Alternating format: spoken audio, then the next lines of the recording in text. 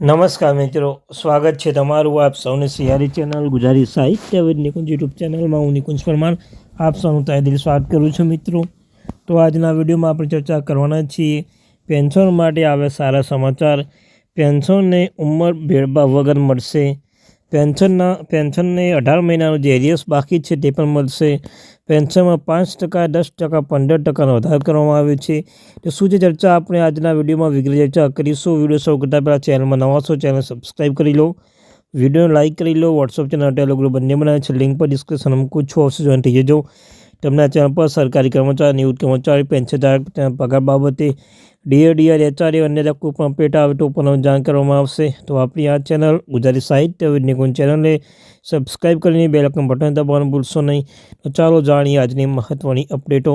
સૌપ્રથમ મિત્રો, મોંઘવારી ભથ્થું, નેશનલ ઇન્ક્રીમેન્ટ અને પેન્શનધારકોની ઉંમર અનુસાર પેન્શનમાં વધારા લઈને ખૂબ જ મોટા સમાચાર આવ્યા છે, જે દરેક પેન્શનધારક માટે જાણવું ખૂબ જ જરૂરી છે. આ સાથે સરકાર દ્વારા EPS 95 પેન્શન માટે પણ સારા સમાચાર જારી કરવામાં આવ્યા છે. તો શું છે સંપૂર્ણ ચર્ચા, ચાલો જાણીએ આજના લેખમાં. તો સૌપ્રથમ મિત્રો, 1 જુલાઈથી 1 જાન્યુઆરી નેશનલ ઇન્ક્રીમેન્ટ સેના દ્વારા એક આદેશ જારી કરવામાં આવ્યો હતો, જેમાં કહેવામાં આવ્યું છે કે 30મી જૂન અથવા 31 ડિસેમ્બર નિવૃત્ત થનાર સૈનિકો, ભૂતપૂર્વ સૈનિકોને હવે 1 જુલાઈ અને 1 જાન્યુઆરી ઇન્ક્રીમેન્ટનો લાભ આપવામાં આવશે. તમારી જાણકારી માટે અમે તમને જણાવી દઈએ કે આ સંબંધમાં DOPT દ્વારા પહેલાંથી જ એક આદેશ જારી કરવામાં આવ્યો છે.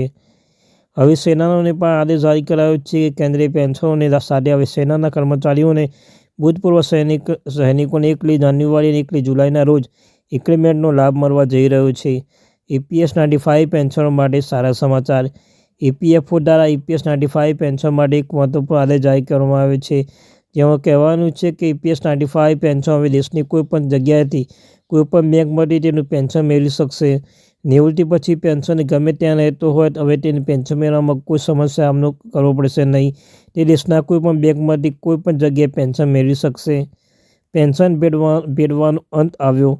તો મિત્રો, 2006 પહેલાં નિવૃત્ત થયેલા તમામ કર્મચારીઓ માટે સંપૂર્ણ પેન્શન મેળવવા માટે 33 વર્ષની સેવા ફરજિયાત હતી, જ્યારે 2006 પછી નિવૃત્તિ પહેલાં થયેલા તમામ કર્મચારીઓ માટે આ નિયમ તેમના માટે બંધ કરતા ન હતો. આવી સ્થિતિમાં 2006 પહેલાંથી પેન્શનોને ઓછું પેન્શન મળતું હતું, જ્યારે 2006 પછીના પેન્શનોને વધુ પેન્શન મળ્યું હતું.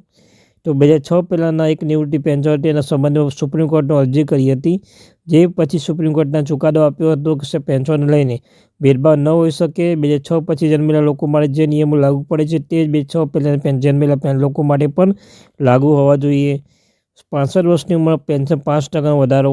સંસદીય સમિતિ ફરી એકવાર સરકારને ચેતવણી આપી છે કે પેન્શન 65 વર્ષથી 5%, 70 વર્ષથી 10%, 75 વર્ષથી 15% વધારવાની ભલામણ તાત્કાલિક અસરથી લાગુ કરવામાં આવે. તમારી જાણકારી માટે તમે જણાવી દઈએ કે સંસદીય સમિતિએ ભલામણ કરી હતી કે પેન્શનધારકોના પેન્શનમાં નિયમો ફેરફાર કરવાની જરૂર છે. વર્તમાન નિયમ મુજબ 80 વર્ષ પૂર્ણ થયા પછી પેન્શનમાં 20% વધારો થાય છે, જેને બદલવાની જરૂર છે. આનો પણ સંસદીય સમિતિએ ભલામણ કરી હતી કે 65 વર્ષની ઉંમરમાં પેન્શન 5% વધારો કરાયો, પરંતુ સરકાર તેને અમલમાં કર્યો નથી. આવી સ્થિતિમાં સંસદીય સમિતિએ ફરી સરકાર ચેતવણી આપી છે અને આ નિયમ તાત્કાલિક અસરથી લાગુ કરવામાં આવે. મોંઘવારી ભથ્થામાં 3% વધારો, 56% DADR. જાન્યુઆરી 2025થી તમારું મોંઘવારી ભથ્થું ફરી એકવાર વધવા જઈ રહ્યું છે. તો તમે જાણવા હોય કે તમારું મોંઘવારી ભથ્થું વર્ષમાં 2 વધે છે. તો જુલાઈ 2024થી કુલ મોંઘવારી ભથ્થું 53% હતું. હવે જાન્યુઆરી 2025થી ફરી એકવાર તમારું મોંઘવારી ભથ્થું 3% વધે છે અને કુલ મોંઘવારી ભથ્થું 56% હોવાથી તે એપ્રિલ મહિનામાં તેને જાહેરાત કરવામાં આવે છે અને તે એપ્રિલ મહિનાના પગાર પેન્શન સાથે જાન્યુઆરી, ફેબ્રુઆરી, માર્ચ મહિનામાં એરિયસ ચૂકવવામાં આવશે. દરમિયાન વધતી જતી મોંઘવારી જોતા પેન્શન સંગઠને ફરી એકવાર ભારત સરકાર પાસે માંગણી કરી છે કે 18 મહિના બાકી રહેલા તાત્કાલિક અસરથી પેન્શન ખાતામાં જમા કરવામાં આવે.